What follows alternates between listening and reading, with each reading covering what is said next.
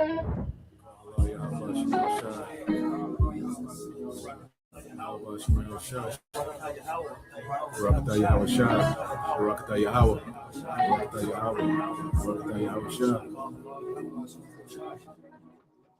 Lord is going to put us back in our land, man, through Yahweh Shai. We're going to be sovereign. We're going to rule. We're going to win. We're going to have everything in abundance, man. Fear not, little flock, for it is your Father's good pleasure to give you the kingdom. Sell that ye have, and give alms. Provide yourselves bags which wax not old, a treasure in the heavens that faileth not, where no thief approacheth, neither moth corrupteth. Away your treasure is. There we are heart. Of Israel, the tabernacle of David. When you look up this word, keys, I will give unto thee the keys of the kingdom. When you go to that word keys, that keys to the kingdom is the key of David, the tabernacle of David, the government, authority. But when you go to the word for keys, it says what? Kleis. It says, since the keeper of the keys has the power to open and shut, meaning the Lord is going to give us dominion, right? He's going to give us judgment. And it says metaphorically in the New Testament to denote power and authority of various kinds. This wisdom is going to lead to us receiving the kingdom, which is authority above, the authority that the Most High Yahweh gave Yahweh Shai. We're going to have that authority, 144, Lord willing, with that number. But it's authority of various kinds, authority over the resources, authority over the healing, authority over, you can implement judgment. You're going to be able to create and manipulate the elements to create things. You're going to be a God on earth. Basically, that's the power that 144 is going to have. Not even all Israel going to be on the level of the 144. But yeah, that key, that was given to Peter, was the head of the church. We fall into that order. That's David. The tabernacle of David will receive all various kinds of power, and the gates of hell will not prevail, against us. But yeah, the key of David, see Revelation 1 and 18, I am him that liveth and was dead. He conquered death. He's the firstborn of the dead. First one of the sons of God. He is the Son of God. He conquered death and went back to the right-hand side. Now we're seeking to conquer death and get our glory back. It says, I am he that liveth and was dead, and behold, I am alive evermore. Amen. I have the keys of hell and death, meaning judgment. Judgment is given into the hands of Yahweh Shai. And we're going to have that power. It said we're going to be able to create plagues on the earth. Like we're going to be a government. Like the government is the government of the whole earth. So the keys that were given unto Peter, which is the key of David, is authority. Power over the nations, everything, bro. So, the scriptures say here, Zechariah 12, it says, in that day Yahweh shall defend the inhabitants of Jerusalem. We're going to be New Jerusalem. And he that is feeble among them at that day shall be as David, and the house of David shall be as God, as the angel of the Lord before them. So we're going to take the same form as Yahweh Shai. We're going to be joint heirs with him in rulership. That's why he told, the disciples, you're going to sit at my table, So all Israel is going to be on point. All men will be priests, all our women, but the house of David is going to be as God. Meaning they're going to have a certain authority on a whole nother level under Yahweh Shai, who is the angel of the Lord that's going to be before us. So, yeah, bro. We got a lot coming. The tabernacle of God is with men. When you read that in Revelation 21:3, and I heard the voice out of heaven saying, the tabernacle of God is with men, and he will dwell with them, and they shall be his people, and God himself shall be with them and be their God. I mean, the laws is going to be us. And also 1 John 3 says what? 1 John 3 into, but now are we the sons of God, and it does not appear what we shall be, but we know that when he shall appear, we shall be like him, for we shall see him as he is. And every man that hath this hope in himself purifies himself even as he is pure. So we got a lot coming, bro. We gonna be, like next level, this government that's coming, kingdom of heaven, boy. Woo! So, I don't mind being a part of the large multitude because you make it, but man, to be a part of that governing body, brother, that 144, you got something special coming, bro. Judgment, right? You're gonna literally, the authority Yahweh Shai has, you're gonna have that. He's gonna share that authority with you. Fear not, little flock, for it is your Father's good pleasure to give you the kingdom.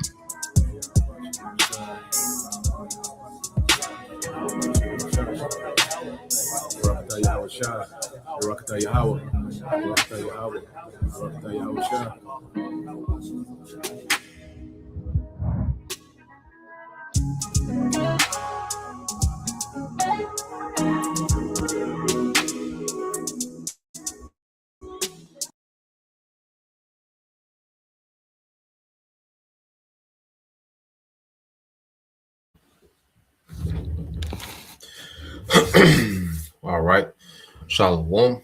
First and foremost, I would like to give all praise and glory unto Yahweh, Bahashem, Yahweh Shai, Bahashem, Makakodash, and double honors unto the apostles and the elders of GMS who rule well, teach well, being great examples towards younger brothers, and peace and blessings and salutations to the hopeful elect out there pushing his word and truth and in sincerity across the four winds in the name of Yahweh Bashem Yahweh Shai. Pushing to get up out of here. Shalom to the hopeful elect, the believers, the listeners who have came back to the obedience of the scriptures through faith in Yahweh Bashem Yahweh Shai. All right, and what I want to get into this morning, all right, with this morning news and prophecy, just going into some war updates and more, just going into the happenings, everything concerning prophecy, man, because as we've been, tasked, all right, to be watchmen unto the house of Israel. Okay, there's always, something, okay, that's happening real time that's related to prophecy. Okay, and we're seeing moves being made, the stage is being set, okay, for the MOTB system. Okay, these devils are steady pushing towards infrastructure for this digital, what they call DPI, digital public infrastructure, which is the infrastructure of the New World Order. Okay, the infrastructure that everyone is going to be linked to through this man's technology, and we're seeing the stage being set for this third world war. All nations are getting in position, to start this war for it to be, a full-out war, and we know, like I said, the MOTB has to be mandated before this war goes nuclear, okay? But that doesn't mean that the war, all right, is on pause, okay? Moves are being made to where when it's time to go, everything is already going to be in place. Okay, everything is already going to be in place, when the Most High, presses the button, okay, on this war. Okay, so we're seeing the stage being set dealing with that. And it's all the will of Yahweh Bashem Yahweh Shai. Okay, now when you go to Zephaniah 3 and 8, and I want to read it in the let me go here. I want to read it in the AMP. Okay, so this is the book of Zephaniah, chapter 3, verse 8. It said, "Therefore, you of the godly remnant of Judah, patiently wait for me, declares the Lord, Yahweh Bashem Yahweh Shai." Okay, and as we know, even concerning with Judah, okay, in which all the tribes will rally, around Judah. Okay, Judah will be raised up first in these latter days, the tents of Judah, Judah, Benjamin, Levi, the southern tribes, will come into this thing first, and then the northern tribes, okay, because that's the order, with Judah being the head tribe, okay, which, the prophecy concerning Judah is that how his brothers will praise him, okay, and out of Judah shall come Yahweh Shai, their lawgiver. You see, Shiloh, and to him shall be the gathering of the people. So the remnant will gather around Yahweh Shai, okay, which is of the tribe of Judah. Okay, so in these latter days, as the Lord has raised up the prophets to teach, Okay, because Yahweh Shah is the volume of the book. So as we teach this word, we're teaching Yahweh Shah. Okay, we're lifting the banner of Yahweh Shah, and the tribes, their remnant, is being gathered to that banner. It says, "Wait for me," declares the Lord Yahweh Bashim Shah. Wait for the day when I rise up as a witness against the nations. Okay, so this is why we're just tasked with teaching this word. You know, there's nowhere within the doctrine that tells us to be militant. Okay, it tells us to try to do a coup, take down the government, any of those things, man. You know, we have orders to stand down from a physical, militant, okay, operation against this devil. Okay, we've been given our marching orders to teach this word. Okay, and the Lord, He's the one that's going to rise up to the prey, which is these devils, these Edomites, man, and every heathen that's in conglomerate with this devil, man. Okay, it said, "For it is my decision," or His determination, "and my right to gather the nations to assemble kingdoms." Yeah, it's Yahweh Shah's right, because the Lord, all right, the Heavenly Father has granted Yahweh Shah authority over everything. You go to Daniel 7:13. Yahweh Shah has dominion over everything. Okay, and it's an appointed time in which the Heavenly Father is going to send Yahweh Shah back to claim his dominion in the earth. That's why I said it's his right, okay, to gather the nations, because this is his world. Okay, so he's calling these nations together to wage war on them. That's the judgment. Okay, that's the judgment that has been decided in the heavens, and Yahweh Shah is coming to execute their judgment, man. Okay, Jeremiah 23 and 5. Okay, it said, "For it is my decision and my right to gather the nations, to assemble kingdoms, to pour out my indignation, all the heat of my burning anger, for in that day all the earth shall be consumed by the fire of my zeal." Okay, so the Lord's assembling nation to judge these nations, man, through war. Yahweh Shah is coming to wage war in righteousness, man. So what we're seeing, the moves that we're watching, is all the moves leading to these nations gathering to this war, so Yahweh Shah can come and judge, man, on behalf of the Father, man, because the decision already made. Now what we're seeing is the gathering. When Yahweh Shah comes, it's not going to be a discussion, okay? It's going to be an execution of judgment. You see, and it says the whole earth, which the whole earth is not going to be consumed with fire. Okay, the militaries of the earth going to be destroyed through fire, man. The fire from, all right, the chariots. You see, so that's why you can go here to Jeremiah, which links it back to um Jeremiah 23:5. Okay, this is Jeremiah 23:5. Say, "Behold, listen closely. The days are coming," says the Lord, "when I will raise up for David a righteous branch," and this righteous branch is Yahweh Shah. Okay, of their line of David, which David is what, of the line of Judah, and he will reign as king and act wisely, and he will do those things that accomplish justice and righteousness in the land. And his first order of business is to deliver and change his elect, or war his elect, because see, we gotta be in those chariots when Yahweh Shah start getting busy, man. The nukes start dropping, and Yahweh Shah getting busy with these heathens, man. We got to be on those chariots, man. So Yahweh Shah's first two orders of business is to deliver his elect. Okay, we're going to be changed. We're going to be in those chariots, and then he's going to proceed to judge these heathens, man. Okay, and we want to see this play out from their viewpoint. And even those that die in Yahweh Shah, they're not going to miss out on it. They're going to be right there. Okay, they're going to be on the chairs before anyone. You know, I always got to put that out, man, because this is the victory. To be on this chariot when Yahweh Shah judging these heathens, man, that's the victory. And death don't separate the elect from that victory, man. Okay, just to put that out. Now, uh, let's go here. Get one more precept, and then we'll go into this video I got. So let's go here.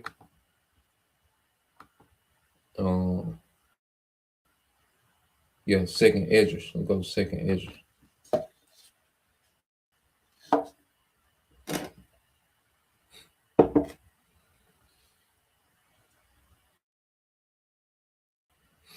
So when you go to the book of 2nd Ezra chapter 15 and verse 20, it says, "Behold, said the Most High, I will call together all the kings of the earth to reverence me, which are from the rising of the sun from the south, from the east, and Lebanon, to turn themselves one against another." Okay, so the Lord is bringing these nations together for this war for it all. Because in the mind of these heathens, they think the winner of this third world war is going to be the leader of this new world order that these heathens are trying to establish. Man, it's all played together because the war, the reason these heathens are finna fight, man, is for a position in this new world order. So the new world order being established, the closer we get to this devil trying to establish this new world order, the closer we get to war. They go hand in hand.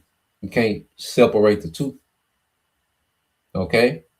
And when these devils mandate this device, this sea hill, well, they're opening the gates for the war to go nuclear at any time. And Yahweh try to come back at any time.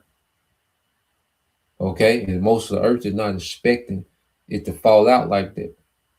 You see, people are going to be looking at, okay, the CHIP is mandated. They got this new infrastructure, we got this, social credit system, and got this new convenience that's being rolled out. Okay, not knowing that once this thing is mandated, this MOTB is mandated, then there's nothing else holding back nuclear war. Okay, so this is a very heavy time. All right, so verse 20, "Behold, said the Most High, will call together all the kings of the earth to reverence me, which are from the rising of the sun from the south, from the east, and Lebanon, to turn themselves one against another and repay the things that they have done to them." Okay, which is to the children of Israel, because all these nations are being held in contempt.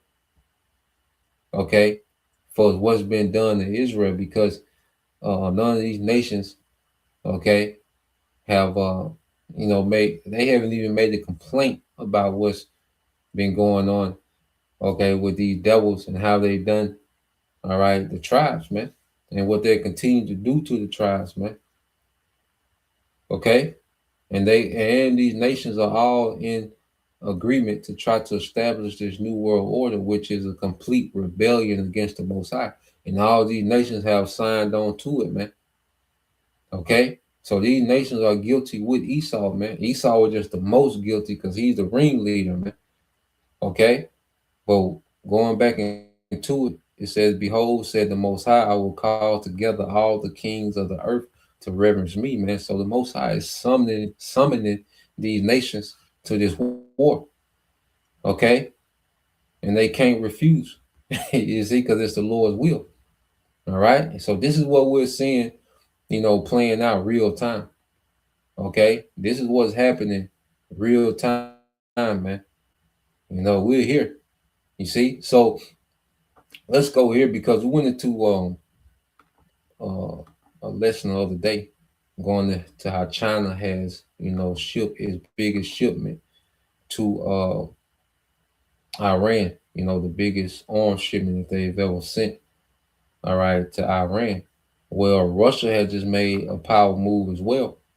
Okay, they have sent missiles capable of shipping. I mean, Russia has now, there's the rumors, speculation. Okay, but it lines up with prophecy, man. I wouldn't doubt it. Okay, but they have different sources saying that now Russia is sending what they call ship killer systems to sink those American aircraft carriers, man, and those Navy destroyer ships. Okay, which that would make sense if they want to protect, Iran from, America, man. Okay, and remember, this is for America. The small hats, they gonna be light work. Okay, all this preparation, all these arms that's coming to Iran, this mainly for America, man. Okay, they gonna overwhelm the small hats, and the small hats got the power, to do a major strike and cause infliction. Okay, but they ain't ready for no retaliation from Iran, no real retaliation.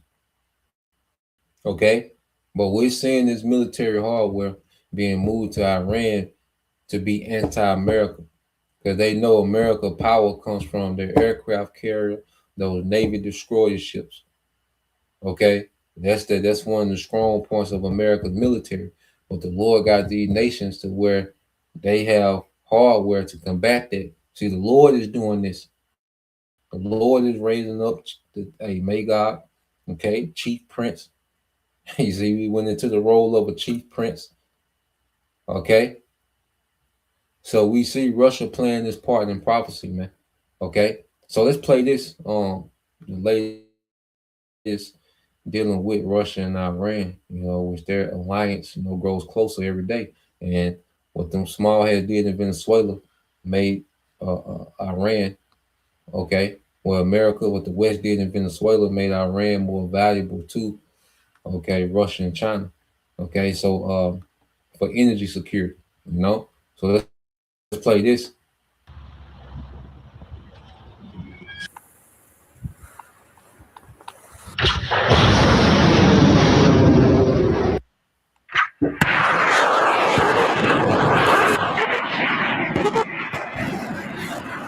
Trump is moving his aircraft carriers toward the Gulf, and Netanyahu has raised the Iron Dome to its highest alert level, as if something is being quietly rearranged behind the scenes. Meanwhile, on the other side, Iran's coastlines are drowning in deception. Russian experts are inside fortified facilities. Naval missiles are being transported through sealed military routes, and underground sites are being reactivated without a sound. Everything points to a new Russian missile system being a nightmare that Iran has never officially confirmed receiving, yet it's present in every single calculation inside Washington.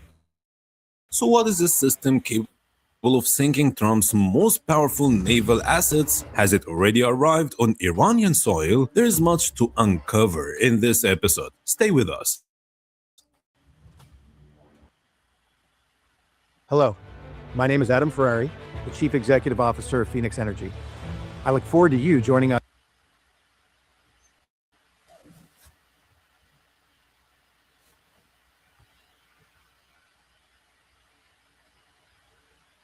Come on now. God damn.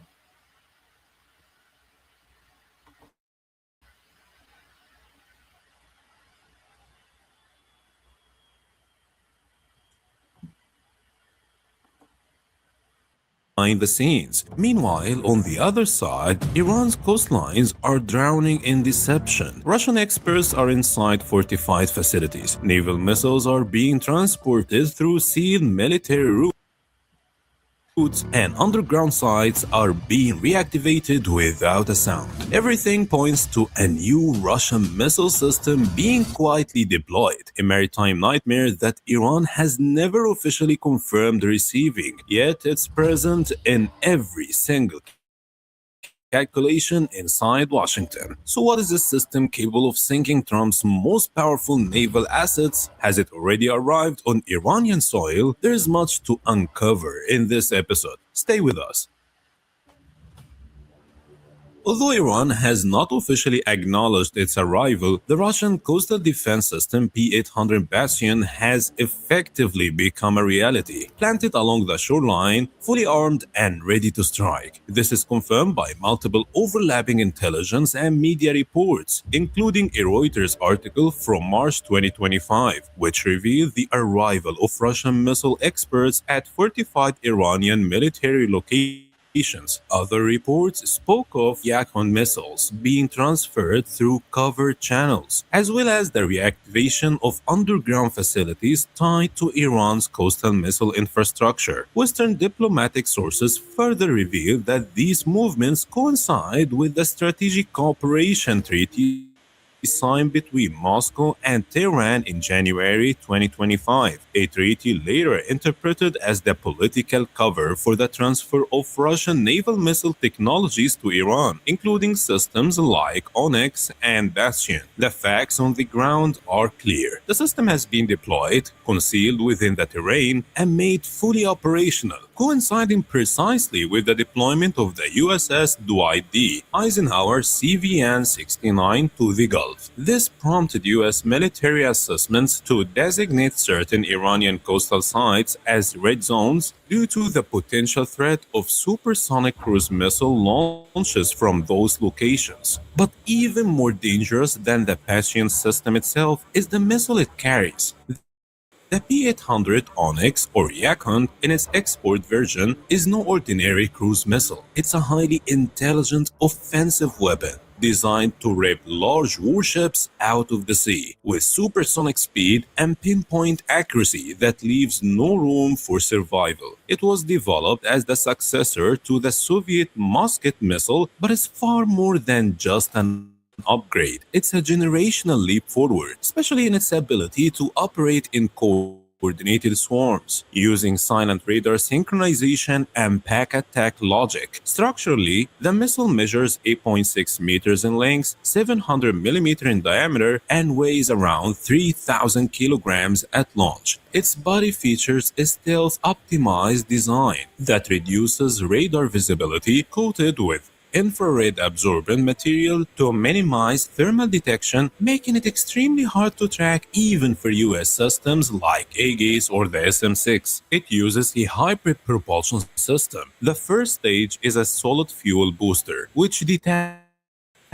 after launch and ignites a powerful ramjet engine capable of sustaining speeds up to Mach 2.5, which is over 3,000 kilometers per hour, all the way to the target. This cuts down enemy reaction time to under 30 seconds in certain scenarios.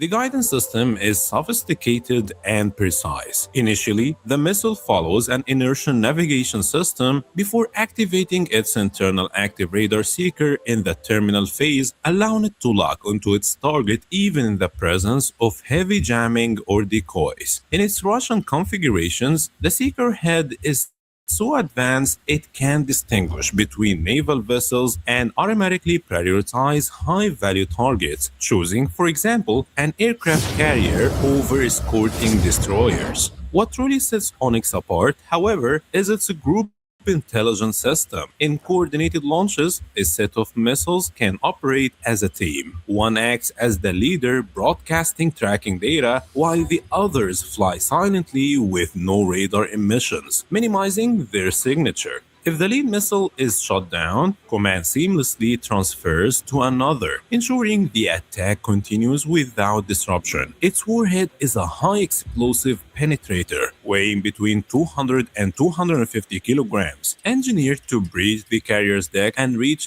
lower levels before detonating. This could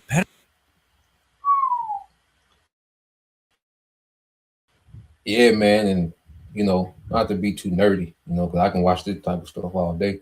But so yeah, this weapon, is gonna be a major neutralizer, all right, to American Navy, which is one of America's strengths. All right. And also you got to factor in if America is not allowed, to use those Gulf air air zones and air and military bases, okay, if they're not able to access, those airstrips in these Gulf air states, and they can only do airstrikes from the aircraft carrier, that's going to be a major problem because now with this, if this is in place, okay, which Iran is keeping a real hush, but if this is in place, what this does, because it said it know how to prioritize the aircraft carrier itself, because you have those Navy destroyer carriers, that escort those carriers, because the carriers is the most valuable Navy asset because it's a floating airport. Okay, it's a floating air base. It's a mobile air base.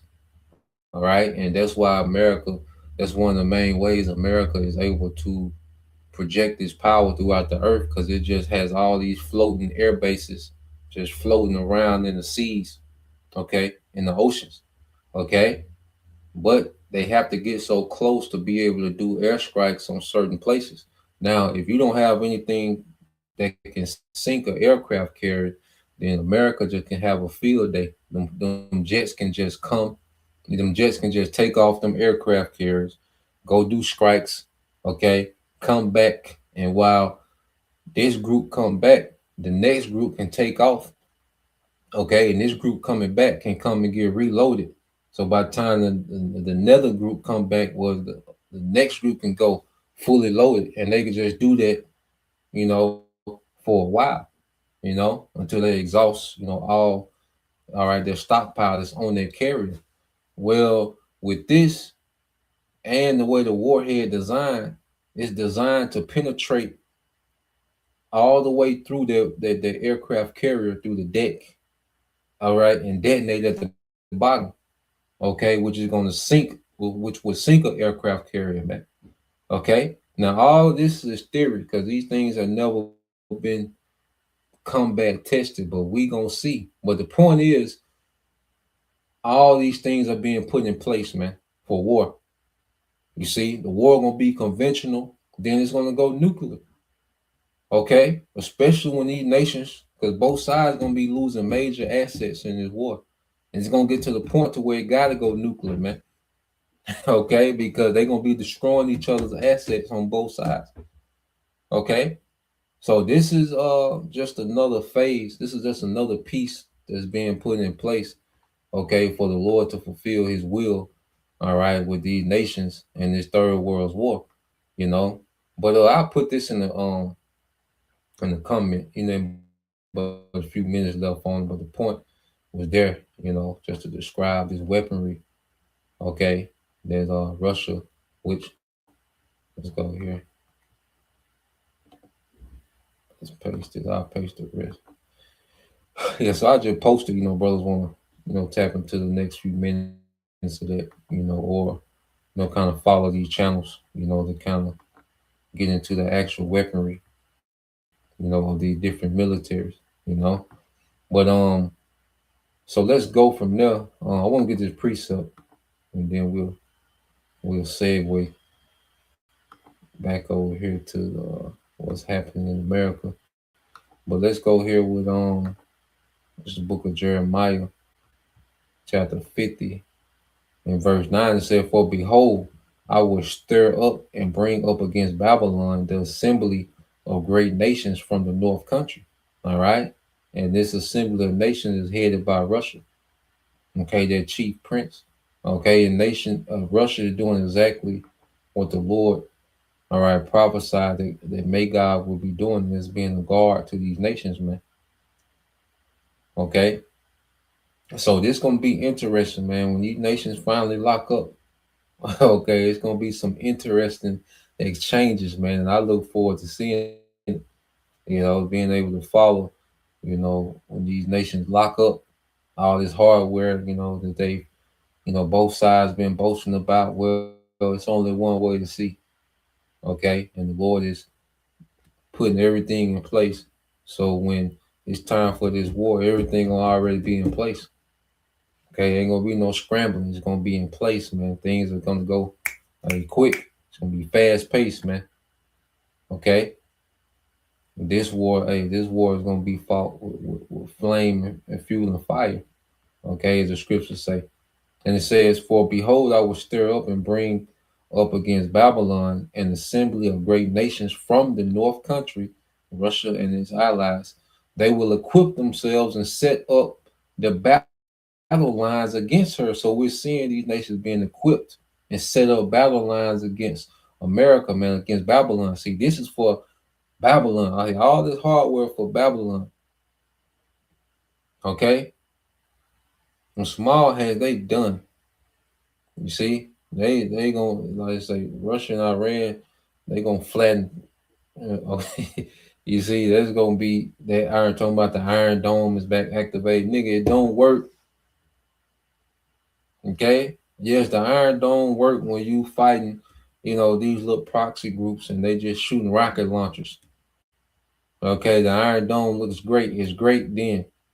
Okay, it works stupendous.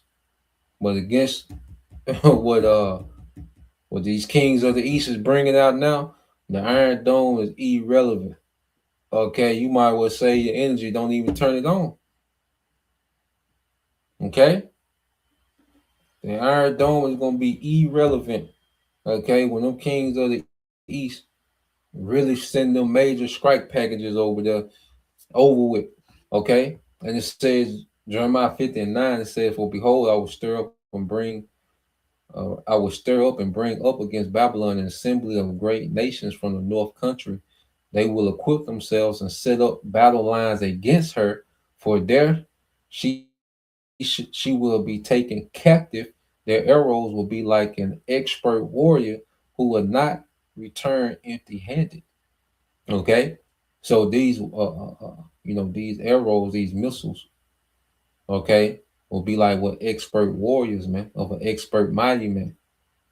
Okay, and as you can see, the Lord has tapped into, because Russia got a lot of those Teamanite scientists too after World War II. They got more than America. Okay, and you best believe, there's elites in the background that's funding Russia. Okay, and then technology is trickling down to Iran. Then Iran, they come up with a lot of their own technology, man. They not trying to kill these Iranian scientists for nothing, man.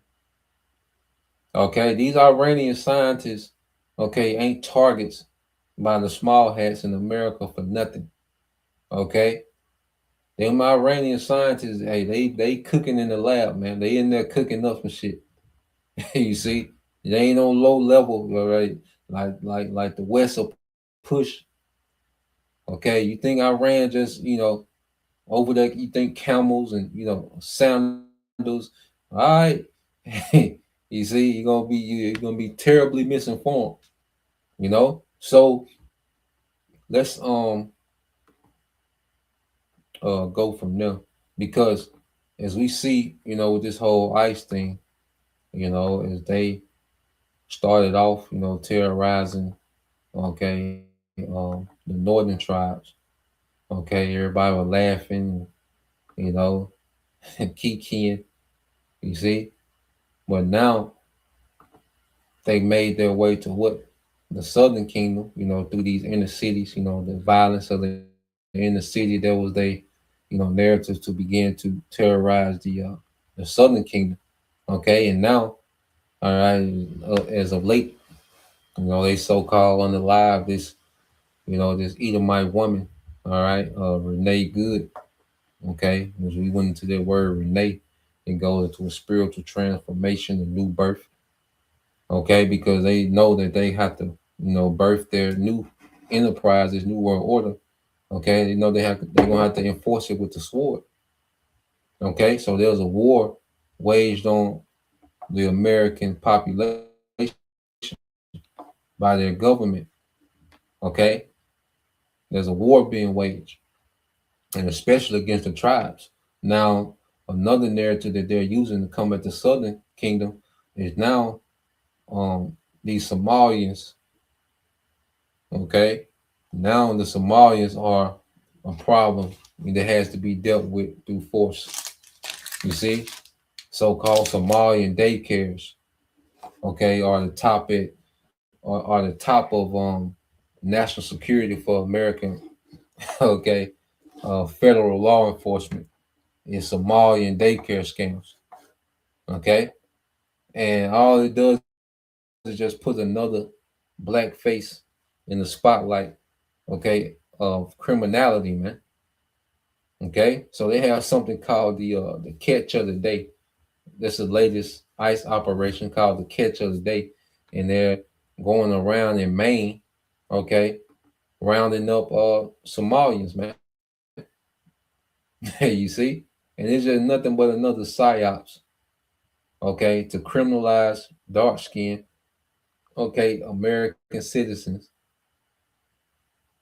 and just to get you people desensitized to federal law enforcement brutality, man. Okay, so let's play this. .org, the War and Peace Report. I'm Amy Goodman with Nermeen Sheikh. We turn now to Maine, where immigration agents have launched a new enforcement surge dubbed Operation Catch a Day. ICE Deputy Assistant Patricia Hine, Fox News, they're targeting some 1,400 people and have arrested at least 50 so far. Reports of ICE activity have been concentrated in the greater Portland area and the city of Lewiston, Maine's second largest city. Both cities have significant Somali populations. School officials in Portland report attendance is down overall by as much as 20% in some schools. This is Portland Mayor Mark Dion speaking Wednesday. Our communities feel anxious and fearful. They see this action as unpredictable and a threat to their families. Collectively and individually, we've done everything we can to assure them and that we believe in their right to be safe. And we've tried to direct resources their way. Homeland Security Assistant Secretary Tricia McLaughlin accused Maine officials to Lewis. We're joined by Safia Khalid, former city council member in Lewiston, Maine, who became the first Somali American to hold that role when she was elected in 2019. She now leads an advocacy group called Community Organizing Alliance, which is responding on the ground right now to the ICE surge. Safia, welcome to Democracy Now! It's great to have you with us. Can you talk about what ICE is calling, I mean, the horror of playing on the seafood industry of Maine, Operation Catch of the Day? What's happening? Yes. Hi, good morning. Thank you so much for having me. You know, the operation name that they're using is really dehumanizing. It is creating fear and intimidation among our communities. Parents have not been able to pick up their kids from school. They have not been able to go grocery shopping. The streets are completely empty. Downtown Lewiston is completely empty, especially our Lisbon Street, which is our main street area. No one is going to the stores. Restaurants are closed because people are really in fear, and we are urging people to stay home and do not open the door to anyone who they do not know. And Safia, if you could talk about, for people who aren't familiar with the demographics of Maine, and in particular Lewiston, who's being most directly targeted? Yeah, you know, Lewiston is home to a large population of naturalized Somali Americans, and you know, like Minneapolis in the Twin Cities, he is targeting Somali Americans, but they're also targeting the larger immigrant population here in the Lewiston urban area, in the greater Portland area. And have you heard directly from people who have been targeted? Have you been speaking to people on the ground? Yes, we are on the ground helping folks. Yesterday, I was, you know, parents called me to get their kids from school because one parent, for example, an ICE agent knocked her door. They're going door to door here in Lewiston, of course, in other parts of the state. But when she opened the door, they said that they were police officers. They didn't identify themselves as a federal agents. They didn't identify themselves as ICE agents. They also had plain clothes too. So they're disguising themselves as regular police officers. And when she opened the door, they immediately arrested her, right? This is an older Somali woman. They arrested her in front of her kids, didn't even let her get her jacket or prepare for anything, and put her in a vehicle and drove away. There's also another woman who was kidnapped from her home. They knocked the door as well. She looked through the window. She didn't see anyone. And then she peeked, she opened the door just a little bit, but they were hiding somewhere, and they immediately grabbed her and took her away. One woman was brought back to her home, but the other woman, we're still looking for her. A growing number of U.S. citizens have been swept up by ICE as they surge enforcement around the country. I wanted to go to this Somali American from St. Paul, Minnesota, who says she was called a racial slur by an ICE agent before being pushed to the ground. This is Nasra Ahmed, a U.S.-born citizen with no criminal record, detained for 2 days by ICE. I am proud to say that I've survived ICE. We were both crying together. We were holding each other tight. And I'll never forget like the fear that we both felt in our hearts that day. Terrible acting, man.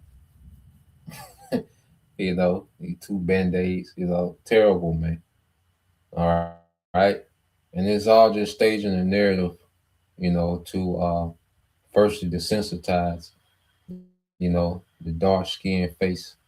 Okay. You know, because these devils are just setting the stage. You know, they haven't fully unloaded. What they're doing now is just setting the stage, and they're gradually making these things the norm. Okay, people being brutalized by federal agents, man, especially faces like this. Okay, because this is no different than Keisha. When Edomites see this, they see Keisha. There's no difference. There's no separation. All right, Esau gonna see Somalian. You know, these ICE agent and these everyday Edomites and these militias and mercenaries. They don't see Somalian, Nigerian. They see niggas. Okay, there ain't no difference. You see. And this is being done on purpose, man. Okay. She still has bandages on her forehead. And I wanted to ask you. That's enough of that, man. But yeah, so just that narrative, man, just peeping, you know, the devil narratives. Okay. Because we understand, you know, before this devil makes his move, okay, he puts their propaganda on repeat. You know, as we always go into, we're not ignorant of Satan's devices, man. You know, so this is how the devil gets down. You know, he pushes propaganda and narrative, then he goes with his move.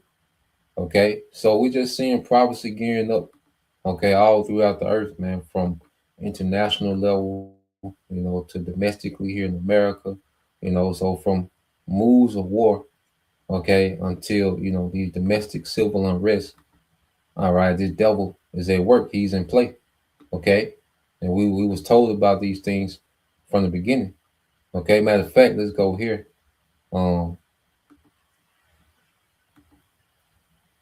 Let's go here to Second Esdras.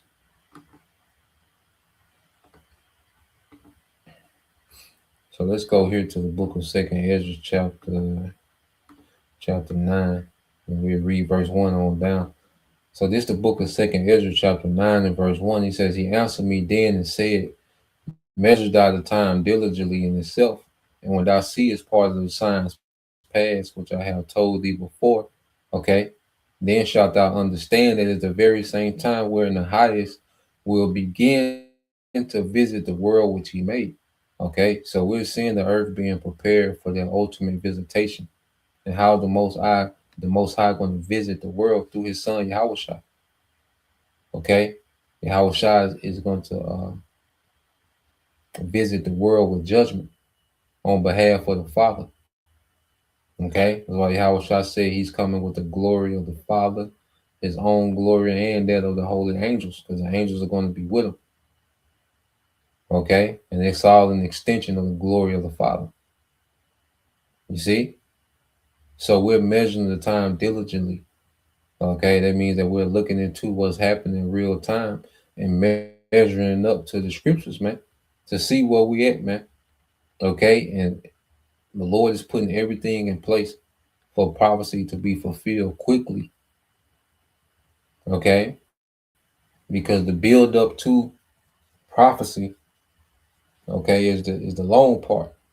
Okay, the actual execution of prophecy gonna be quick. Okay, like the brothers, Elder Require Quam, you know, Elder Brother Ariala out in Dallas, they went into how, you know, the infrastructure for the MOTB, you know, has been decades in the making, but it's only going to take a 5-minute announcement to make the CHIP mandatory. Okay, so what we're seeing, you know, is the buildup. All right, and when everything is in place, is that why scripture say, though they tarry, it shall not tarry. You know, because as we're watching, see, and the Lord gave us, you know, these faith boosters to see these things build up. Okay, But if you're not in tune with prophecy, you'll look at it like nothing happening. Nah, prophecy is in progress, man. Moves are being made to fulfill prophecy. Okay, this is what we're seeing. All right. So when you go to verse 3, it says, therefore, when there shall be earthquakes and uproars of the people in the world, then shalt thou well understand that the Most High spake of these things from the days that were before thee, even from the beginning. Okay? So everything, we read the scripture because we went into the other day, nuclear destruction is in Deuteronomy, the 32 chapter, Deuteronomy 32. Okay? Speaks of nuclear destruction, speaks of those swords. It's going to be bathed in blood, talking about the nukes, man, the slaughter of the nukes. Okay? So these things that have been spoken of from the beginning, Yahweh Shah, his second coming, that's in Numbers. Okay? His king shall be higher than Agag, which Agag was what? King of Amalek. Who's in power? Okay, because Edom is the nation that's in power, but amongst the nation of Edom, you have Amalek. Okay, who's at the forefront of this kingdom? Who runs the earth? Amalek runs the earth, man. Okay, the branch of Edom that runs the earth is Amalek, man. They have all the high positions in the earth. Okay, but in Numbers it says how the throne of Yahweh Shai is going to be higher than Agag. You see, and how is that going to be executed? Well, it's going to be through war. How is that going to be accomplished? It's going to be through war. Yahweh Shai is going to come wage on this society ran by Amalek, man. Okay? It said, then shalt thou well understand that the Most High spake of all these things from the days that were before thee, even from the beginning. For like as all that is made in the world had a beginning and end, and the end is manifest, man. Okay, so there's no doubt, where we stand when it comes to prophecy. Okay, there's no doubt of where we at. Okay, we're right here at the doorsteps of all these things are being fulfilled in the moment, because when that MOTB is mandated, things are going to go into hyperdrive, man. Okay, the Lord is going to end this, man, quickly. You see? So that's the point, just want to get into that this morning. Lord will, you brothers, all right, and you sisters edify once again, and give all praise, honor, and glory unto Yahweh Bahashem, Yahweh Shah Bahashem Rakapadash, and double honors unto the apostles and the elders, GMS, who rule well, teach well, being great examples to us younger brothers, and peace and blessing salutations, hopefully, shalom.